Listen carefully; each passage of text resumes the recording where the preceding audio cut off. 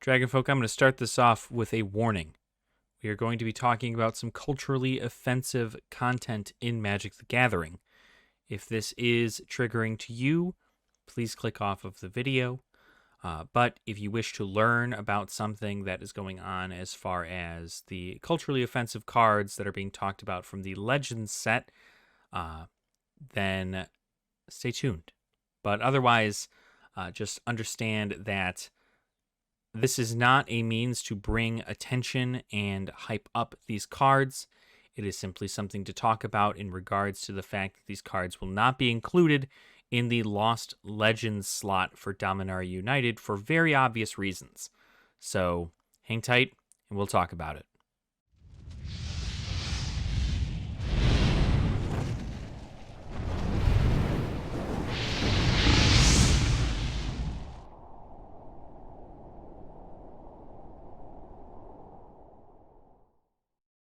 Welcome on in, Dragonfolk. So, again, just hoping you guys are having a fantastic day as always. Today we are going to talk about something that has come as a little bit of a controversial take on something, and honestly, it's very strange to talk about it, simply because I don't want to have this video viewed as some kind of influence, right? I don't want anybody out here to think that this is the method that you guys should all be taking in regards to collecting cards, right?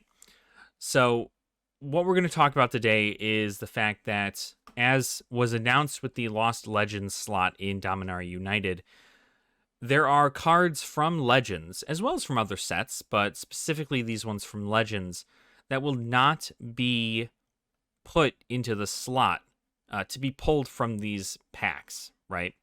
And for very good reasons, right? Obviously, they are culturally offensive, right? And it is not okay. These cards depict either names or images, or the card text may depict some kind of effect that may be culturally offensive, and it is very, very not okay to have this in your game, right? I would think that as a company you would have thought about this specific thing. Now, Legends came out in 1994. These cards were banned in 2020, right? Obviously, we all know with the death of George Floyd, there was a lot of outcry. And with that outcry came a lot of companies coming to terms with their products and kind of making moves to better themselves and hopefully continue to better themselves throughout the years. Now, obviously, why certain cards took all the way until 2020, I mean, from 1994 to 2020, for them to go, maybe we shouldn't have that in our game, was a little odd, right? But I'm just happy something came of it, right? So what we're going to talk about today is again, a very controversial topic. And I'm risking this video either getting taken down or demonetized by talking about it, or by showing the images in which some of these cards pertain to. So again, much like before, there is a trigger warning for any of this. So by all means, if this is something that you do not wish to see or speak of or anything of the sort, then, you know, I apologize. But it is something that still needs to be talked about, and something that needs to be brought to attention. So there are cards in Legends that are culturally offensive, and they've been culturally offensive since their printing, and they still are to this day. And when Wizards of the Coast cracked open all those boxes of Legends, I can only hope they destroyed all of those cards, right? I can only hope they destroyed them, right? But in a odd twist of events, right, they also maybe kept them. And I'm not sure what they did exactly with the cards, right? I don't think any of us will know. Hopefully they come out with a statement in regards to those cards. But we know they're not being put into a set, so they're not being distributed to the world. But what this does is kind of it brings up a topic that is a little hard to swallow for just the average player. And a collector really needs to kind of think about their morality in a sense here. Granted, if you happen to come across these things, it's one thing or another, right?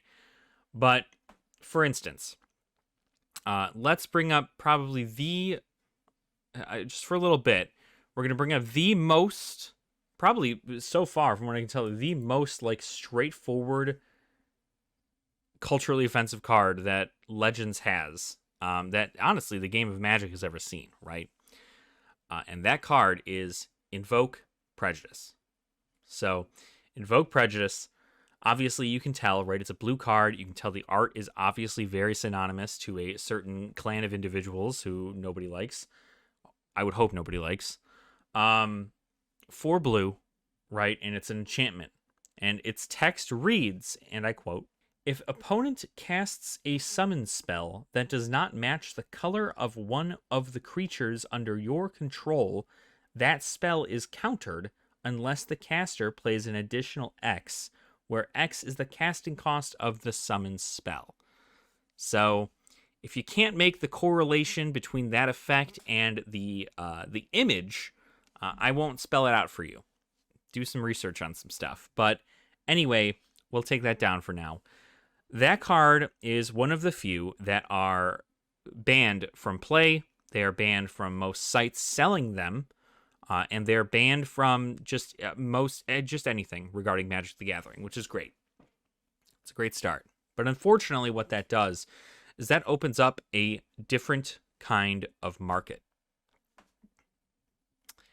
And this market it's hard to talk about because it is something that as a collector, or not really an investor, but also could be considered investing, is do you keep these cards, or do you think their general profits are going to go down, or do you think they're going to go up? Like I said, this banning happened in 2020. That was 2 years ago. But again, it is resurfaced about the fact that these Legends cards exist. And now more people who are brand new to Magic are learning about Legends, and they are learning about these specific cards that were banned due to their culturally offensive takes. So you have to kind of come to think about this, right? And this isn't going to be very long. I do want people's opinion in the comments as long as we keep it civil. You know what I mean? I don't want anybody getting into any kind of arguments or anything of that sort. You take that to a different kind of messaging. You tell them your Twitter, they'll tell them your Twitter, or they'll tell them their Twitter, and then you guys can fight on there. But what I'm talking about here is the fact that things like Invoke Prejudice, a card that is now banned from everything due to its culturally offensive nature, that opens up a new gate of collecting to individuals. And it's very sad that that is the case. But there are a lot of people who just do not care, right? As I believe Rudy has said, or many others have said, right, in just an investment or a collecting market, your emotion shouldn't matter, right? The supply should matter, right? And if they're destroying all these cards in every box that they opened that they got this card in, then that means that the general supply of these cards are significantly lower. And with that being the case, that means that the supply of a card is going, or the demand for the card, which there shouldn't be a demand for a card like this, but the demand for a card would go up, right? Supply drops, demand goes up. It's just how that works. So at the end of the day, I wanted to get people's opinions on this, and I'm going to give you my opinion on this, right? If you buy a bulk collection from somebody, and these cards happen, not just Invoke Prejudice, but Imprison, Cleanse, Pradesh Gypsies, those are the cards from Legends, but if any of these cards, right, or any of the other cards not legal in Magic the Gathering due to their culturally offensive nature come into your possession, right? Do you destroy them, or do you keep them, or do you attempt to sell them somewhere, right? Because some of these cards they're old, and they do show a history of art and stuff from Magic the Gathering's past, and everybody knows the older cards. They got a lot of love because they were, they were the beginning of Magic the Gathering. But I don't think that I don't think it's the right way to go about collecting. You know what I mean? I think there are so many other things you can collect in Magic the Gathering that you don't need to collect these cards. I don't own any of them, nor do I wish to. But if you buy a bulk collection, they happen to be in there, right? You make the moral decision on what you want to do about that, right? If you don't want anything like that to be in your household, you can get rid of it, right? You can destroy it, so there's no longer anything like that in circulation. You can sell it, so that way it's out of your hands, and you at least get some kind of, profit from that. You can keep it, and keep it as a reminder of what, Magic the Gathering, when it started out, what people kind of got away with, right? But I don't think that you as a collector, especially new collectors, should be looking for, if you're looking to get an entire, master set of Legends, maybe, right? Because obviously, while these cards are not legal and they are very much so a a culturally offensive part of Magic's history, they are part of a set, and if you wish to complete a set, you will need these cards, right? So it's a hard line. It's a fine line to go across, right? Because some people will just go, these cards are historical, these cards are now not legal anywhere, and that means their supply is going to drop significantly due to this thing, and that means that the demand is going to be higher, so these are like cool reserve list cards, right? But nothing about them is cool. Nothing about them is awesome. Nothing about them is worth your time and energy buying out a market so that you could get every copy of this card that you can. But if you are in it and you're, you're really that, like, don't put your emotion into your collections, into your investments, like, do what is going to make you the most profit, then you're probably going to be the person to go out and buy these things. And if you do, right, I just hope that you keep them tucked away, never to be seen until you are selling it to some highest bidder, 50 years down the line or something. But I would hope nobody displays these in their house. I don't know. There's a lot to it, right? And frankly, it's a weird topic, again, to go over.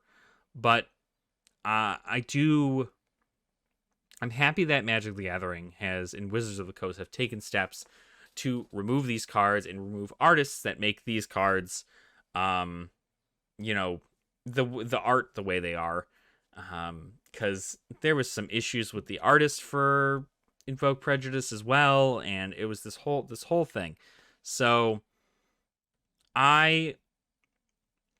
it's a hard thing to talk about, but it is something that is necessary to talk about, right? I know this kind of leans on a very harsh political standpoint as far as, as far as Magic the Gathering goes, right? Most people don't want their card game to inflict any kind of political views into things, but I think it was a good move on Wizards of the Coast to do this. Why it took them, until 2020 to make Invoke Prejudice not legal is beyond me, but they wiped the whole board with all that stuff. So hopefully this brought some attention to what is going on here and why certain cards from Legends will not be in the Lost Legends slot. And more importantly, hopefully it brings uh, an idea to kind of avoid these cards as far as a collector. Yeah, is some other guy with or whoever like is that person probably going to look at this as an opportunity to invest into cards that are not legal and are essentially being like wiped from Magic's history? Obviously, right? You know, we all know people exist to cause chaos and have that kind of stuff, but um like I said, I think that if you are buying these cards to complete a master set, sure, right? But otherwise, I think it'd probably be best that these cards just kind of go away. There's plenty of other cards that exist in Magic's history that are more. They hold more, you know, collectible nature in them than the fact that they were banned due to them being culturally offensive. You know what I mean? Like inventions, invocations, the ampersand cards, the textured foils, the neon ink cards, all that stuff. Like those are cool collectible little things, and like they're short prints and yada yada. So it's very much so a different way to look at it. But I wanted to just kind of make this short video and bring this attention to everybody. But again, let me know in the comments what you guys think. I would hope that none of you are going out there and purchasing a whole bunch of these banned cards. But if that is your prerogative, then there you go. Hopefully you are not buying them for immoral reasons. But again, the world is what it is, and hopefully we can just kind of, remember this as part of Magic's history. And obviously it'll be all over the internet till the day Magic stops existing, and then probably sometime after that. But definitely something to keep in mind. So there are going to be some people who are going to say you want to collect this stuff, right? Because they did the same deal with Dr. Seuss books, right? I won't get into that, but they did the same thing with Dr. Seuss books, and everybody went out there, and the first thing they did were just like, we need to purchase all these Dr. Seuss books because they're going to be banned and never sold again, and so they're going to be worth something in the future.